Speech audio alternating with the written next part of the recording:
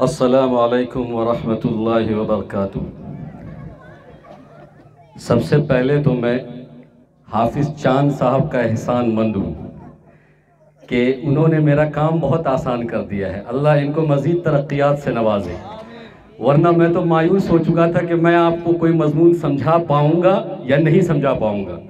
کیونکہ جو حالت تھی، لوگ اٹھ کر جا رہے تھے، کسی کا سر جو ہے سجدے میں جا رہا تھا، کوئی اونگ رہا تھا، عجیب عجیب حرکتیں ہو رہی تھی، لیکن مولانا نے پھر سے آپ کو زندہ کر دیا ہے۔ میں ان کا احسان مند ہوں۔ اور اسی طریقے سے جو علماء کرام یہاں تشریف رکھتے ہیں، بالخصوص مفتی مشکور صاحب، انہوں نے بھی بہت قیمتی نصیحت سے نوازا ہے،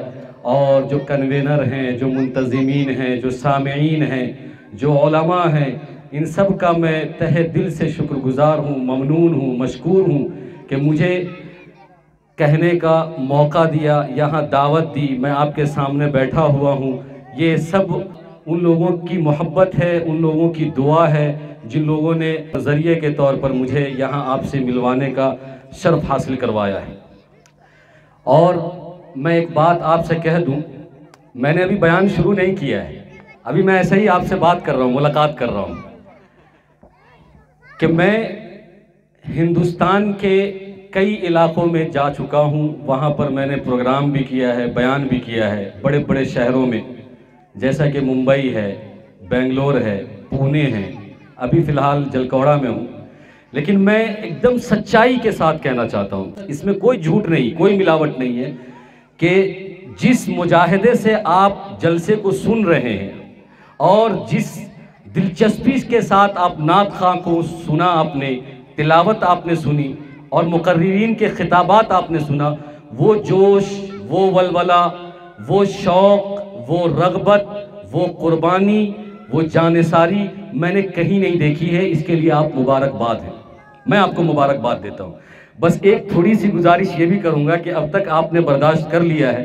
ساروں کو برداشت کیا ہے، حافظ چاند صاحب کو آپ نے تو خوشی خوشی سنا، بقیہ کو ہو سکتا ہے کہ آپ نے برداشت کیا ہو، تو مجھے بھی برداشت کر لیجئے گا تھوڑی دیر اور، جیسے آپ نے سب کو برداشت کیا ہے، تاکہ آپ کا پروگرام اچھی طریقے سے ختم ہو جائے، دعا کے ساتھ ختم ہو جائے۔ تو تیار ہیں آپ لوگ؟ زندہ ہیں، زندہ دل ہے بالکل؟ نیند نہیں آ رہی ہے نا کسی کو؟ اگر کسی کو نیند آ رہی ہو تو بازو والا ان کو اٹھائے پیار محبت سے کہ بھائی تھوڑا سا اور سن لو۔ ٹھیک ہے، شروع کرتے ہیں۔ الحمدللہ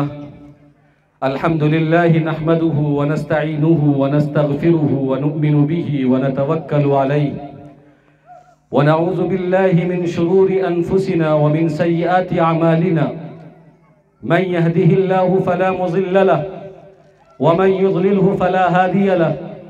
ونشهد أن لا إله إلا الله وحده لا شريك له، ونشهد أن سيدنا وسندنا ومولانا محمدا عبده ورسوله، أما بعد فقد قال الله تبارك وتعالى في القرآن المجيد والفرقان الحميد: فأعوذ بالله من الشيطان الرجيم، بسم الله الرحمن الرحيم، قال رب اشرح لي صدري ويسر لي أمري واحلل عقدة من لساني يفقه قولي، صدق الله العظيم۔ اللهم صل على سيدنا مولانا محمد في أول كلامنا وفي أوسط كلامنا وفي آخر كلامنا وفي جميع كلامنا۔ تمام تعریفیں، ہر طرح کی حمد و ثنا، ہر طرح کی بڑائی، ہر طرح کی کبریائی اس وحدہ لا شریک کے لیے لائق اور زیبا ہے، جس نے ہم سب کو دین کی نسبت سے یہاں جمع فرمایا ہے اور دین کی کچھ باتیں کہنے اور سننے کی توفیق عطا فرمائی۔ اللہ تبارک و تعالیٰ سے دعا ہے کہ اللہ تبارک و تعالیٰ ہم سب کو کہیں سنی گئی باتوں پر 100% عمل کی بھی توفیق عطا فرما دے۔ اب ہم یہاں پر آپ سے ایک بات کہیں گے، ہماری بہت بدقسمتی ہے، بڑی بدقسمتی، وہ یہ ہے کہ ہم سب سے مانگنا سیکھ گئے، بیٹا کو مانگنے آتا ہے باپ سے کہ کیسے پیسہ ٹھگنا ہے، ٹھگ لیتا ہے، ٹھیک ہے؟ ایسے ہی نیتا سے مانگنے آتا ہے، کلکٹر صاحب سے مانگنے آتا ہے، انجینئر صاحب سے مانگنے آتا ہے، ان پر کیسے جال بچھانا ہے سب اور حد تو تب ہو جاتی ہے کہ ایک بھکاری، جو گلی کوچے والا بھکاری 2-4 روپے جو مانگنے آتا ہے، اس کی اداؤں کو کبھی آپ نے نوٹ کیا ہے؟ اس کا طرز کبھی آپ نے دیکھا ہے؟ پروپر، مطلب وہ اپنی زبان سے جو مانگتا ہے تو صرف یہ نہیں کہ اس کی زبان سے یہ نکلتا ہے کہ اللہ کے نام پر دے دو، بلکہ اس کی آنکھ، اس کا پیر، اس کا جسم کا ہر حصہ اس وقت مانگتا ہوا نظر آتا ہے۔ یعنی وہ طریقہ بھکاری کو بھی آتا ہے کہ آدمی سے کیسے مانگنا ہے، کیسے مانگنا ہے، اور آپ دے دیتے ہیں، رم کھا لیتے، کہہ رہے اللہ کے نام پر دے دیتے ہیں۔ افسوس یہ ہے کہ جس نے ہم کو پیدا کیا ہے، جو ہمیں سانسیں بخشتا ہے، جس کا ہم کھاتے ہیں اور جس کی وجہ سے ہماری سانسیں چل رہی ہے، جس کی وجہ سے میرا بچہ ہے، میرا بیٹا ہے، میری بیٹی ہے، میری ماں ہے، میری بیوی ہے، جس کی وجہ سے یہ سنسار ہے، جس کی وجہ سے یہ عالم ہے، جس کی وجہ سے یہ دنیا ہے اور دنیا کی حرکت ہے، اس کے حرکات و سکنات ہے، پوری دنیا کو چلانے والا، پوری دنیا کو بنانے والا اور پوری دنیا پر قبضہ کرنے والا، پوری دنیا پر کنٹرول کرنے والا، جو مالک ہے، جو خالق ہے، جو ہم کو پیدا کرنے والا ہے، ہمیں اس سے مانگنا نہیں آتا۔ یہ حقیقت ہے۔ تو مولوی صاحب، امام صاحب، حافظ صاحب، عالم صاحب آپ کر دیجئے، ہم کو دعا نہیں مانگنے آتی۔ یہ بہت بے شرمی کی بات ہے۔ ایک مسلمان کلمہ پڑھتا ہو، توحید کا قائل ہو، اللہ کو مانتا ہو، رسول اللہ کی رسالت کو مانتا ہو، اور پھر وہ یہ کہتا ہو کہ مجھے دعا کرنے نہیں آتی، مجھے اللہ سے مانگنا نہیں آتا، میں اپنے مسائل کو اللہ کے سامنے رکھ نہیں سکتا، میں اللہ سے ہم کلام نہیں ہو سکتا، اور میرے اندر وہ ٹیلنٹ نہیں ہے، میرے اندر وہ خوبی نہیں ہے، میرے اندر وہ صلاحیت نہیں ہے، میں جانتا نہیں ہوں کہ اللہ سے کیسے مانگا جاتا ہے، اللہ سے کیا مانگا جاتا ہے، اللہ سے کب مانگا جاتا ہے، اللہ سے کتنی چیزیں مانگ سکتے ہیں، کب مانگ سکتے ہیں۔ اگر ہمیں یہ بات معلوم نہیں ہے تو ہماری زندگی پر لعنت۔ ارے بھائی، جس نام سے ہم جی رہے ہیں، جس لوگوں سے ہم جی رہے ہیں، جس برانڈ سے ہم جی رہے ہیں، ہمارا برانڈ اسلام ہے، ہمارا برانڈ مسلمان ہے، ہمارا برانڈ ایمان ہے، ہمارا برانڈ مومن ہے، لیکن ہم کہتے ہیں کہ ہم کو اللہ معلوم نہیں۔ اللہ اگر معلوم ہے تو مانگنے نہیں آتا، آپ مانگی۔ تو سب سے پہلے میں آج جو ہے آپ کو دعا سکھا کر جاؤں گا کہ دعا مانگنا کیسے ہے۔ آج میں یہی سکھاؤں گا، کیونکہ حدیث میں آتا ہے، اللہ کے نبی صلی اللہ علیہ وسلم فرماتے ہیں، من لم یسأل اللہ یغضب علیہ، کہ جو اللہ سے نہیں مانگتا اللہ اس پر ناراض ہوتے ہیں۔ بابا سے مانگتے ہیں، پیر سے مانگتے ہیں، فقیر سے مانگتے ہیں، درگاہ سے مانگتے ہیں، چادر سے مانگتے ہیں، چنری سے مانگتے ہیں، دھاگا سے مانگتے ہیں، تاگا سے مانگتے ہیں، انگوٹھی سے مانگتے ہیں، نگینے سے مانگتے ہیں، سب مانگنے آتا ہے۔ اگربتی جلا کر مانگنے آتا ہے، موم بتی جلا کر مانگنے آتا ہے، شیر خرما بانٹ کر مانگنے آتا ہے، لیکن اللہ تبارک و تعالیٰ سے ڈائریکٹ مانگنے نہیں آتا، ڈائریکٹ نہیں مانگنے آتا۔ اور اللہ کے نبی صلی اللہ علیہ وسلم فرماتے ہیں کہ چھوٹی سی چھوٹی چیز بھی ہو تو اللہ سے مانگو۔ کس سے مانگو؟ اللہ سے۔ حتی شسع نعلہ، یہاں تک کہ اگر جوتے کا تسمہ ٹوٹ جائے تو بھی اللہ سے مانگو۔ جوتے کا تسمہ یعنی جوتے کی جو پٹی ہوتی ہے نیچے کی، وہ اگر ٹوٹ جائے تو کس سے مانگنا ہے؟ اللہ سے، کہ اللہ میرا جوتا ٹوٹ گیا ہے۔ اور لگا دیجیے آپ کلیئر رہے گا، ٹھیک ہے۔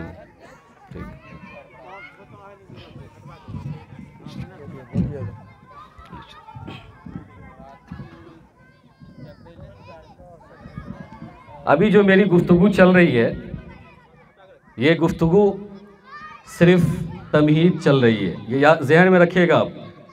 کیونکہ میں نے جو آیت پڑھی ہے وہ اسی سے ریلیٹڈ ہے، اسی سے متعلق ہے، بعد میں وہیں پر جا کر ملوں گا، لیکن ابھی اوپر سے آپ کا ذہن بنا رہا ہوں میں۔ سنیے، صرف کان ہی نہیں، کان کے جو 2 سوراخ ہے وہ تو کھلا ہی ہوا ہے، دماغ کا سوراخ کھولیے، دل کا سوراخ کھولیے اور پھر سنیے۔ اللہ کے نبی صلی اللہ علیہ وسلم فرماتے ہیں لِيَسْأَلْ أَحَدُكُمْ رَبَّهُ حَاجَتَهُ كُلَّهَا کہ تم میں سے ہر شخص اپنے رب سے، اپنے خدا سے مانگے، حتی شِسْعَ نَعْلِهِ، یہاں تک کہ اگر اس کے جوتے کا تسمہ ٹوٹ جائے تو بھی وہ اللہ سے مانگے۔ لیکن ہمیں مانگنا نہیں آتا، دعا کرنی نہیں آتی، تو آج ہم سیکھیں گے کہ ہمیں دعا کرنا ہے کہ اللہ تبارک و تعالیٰ 16ویں پارے میں سورہ طٰہٰ کے اندر ایک آیت ارشاد فرماتے ہیں قال رب اشرح لی صدری ویسر لی امری واحلل عقدۃ من لسانی۔ یہ دعا معلوم ہے کس کی ہے؟ یہ دعا حضرت موسیٰ علیہ السلام کی ہے۔ اور یہ دعا کب مانگی تھی حضرت موسیٰ علیہ السلام نے؟ جب اللہ تبارک و تعالیٰ نے حضرت موسیٰ علیہ السلام سے کہا کہ جاؤ فرعون کو دعوت دو، فرعون کو اللہ کی توحید بتاؤ، فرعون کو اللہ کی طاقت بتاؤ، فرعون کو اللہ کا پاور بتاؤ، فرعون کو اللہ کی قدرت بتاؤ، وحدانیت بتاؤ، سمادانیت بتاؤ، اللہ کا تعارف کرواؤ، اللہ کا انٹروڈکشن کرواؤ، بتاؤ کہ اللہ کون ہے۔ تو اللہ تبارک و تعالیٰ سے اس وقت یہ دعا مانگی تھی حضرت موسیٰ علیہ السلام نے قال رب اشرح لی صدری اذهب الى فرعون انه طغى۔ اللہ نے کہا حضرت موسیٰ علیہ السلام سے کہ فرعون کے پاس جاؤ، وہ سرکشی کر رہا ہے، سرکش بن گیا ہے، خود کو خدائی دعویٰ ٹھوک رہا ہے کہ میں خدا ہوں، انا ربکم الاعلی، میرے قبضے میں سب کچھ ہے، میں جس کو چاہوں مار دوں، میں جس کو چاہوں زندہ کر دوں۔ جفا کشی کر رہا ہے، ظلم کر رہا ہے، زیادتی کر رہا ہے، بربریت میں ڈوبا ہوا ہے، جاؤ اس کو بتاؤ اللہ کے بارے میں۔ تو حضرت موسیٰ علیہ السلام نے کہا کہ ٹھیک ہے پہلے ہم دعا کر لیتے ہیں۔ تو وہ دعا قرآن کے اندر نقل کی گئی ہے کہ قال رب اشرح لی صدری، کہ اللہ میں جاؤں گا فرعون کے پاس آپ کی توحید کی دعوت لے کر، اس سے پہلے میرے سینے کو کھول دیجئے، میرے سینے کے اندر جو ہے وہ طاقت عطا کیجئے، وہ قوت عطا کیجئے، وہ صلاحیت عطا کیجئے کہ فرعون جیسے ظالم جابر بادشاہ کے سامنے جب میں آپ کی دعوت کو پیش کروں، آپ کی توحید کو پیش کروں تو میرے قدم لڑکھڑائیں نہیں، میری زبان لڑکھڑائے نہیں، اور میں کانپوں نہیں، تھر تھراؤں نہیں۔ اس لیے پہلے کہا کہ قال رب اشرح لی، کہ اللہ میرے سینے کو کھول دیجئے۔ لیکن جب وہ فرعون کے پاس اللہ نے کہا جانے کے لیے تو حضرت موسیٰ نے کیا کیا؟ نبی ہیں ہم، رسول ہیں، ہم کو ضرورت نہیں ہے دعا کی، ایسا نہیں کہا، بلکہ کہا کہ اللہ شرح صدر عطا فرمائیے، وہ طاقت عطا کیجئے، وہ قوت عطا کیجئے۔ اس سے ہمیں یہ سبق ملتا ہے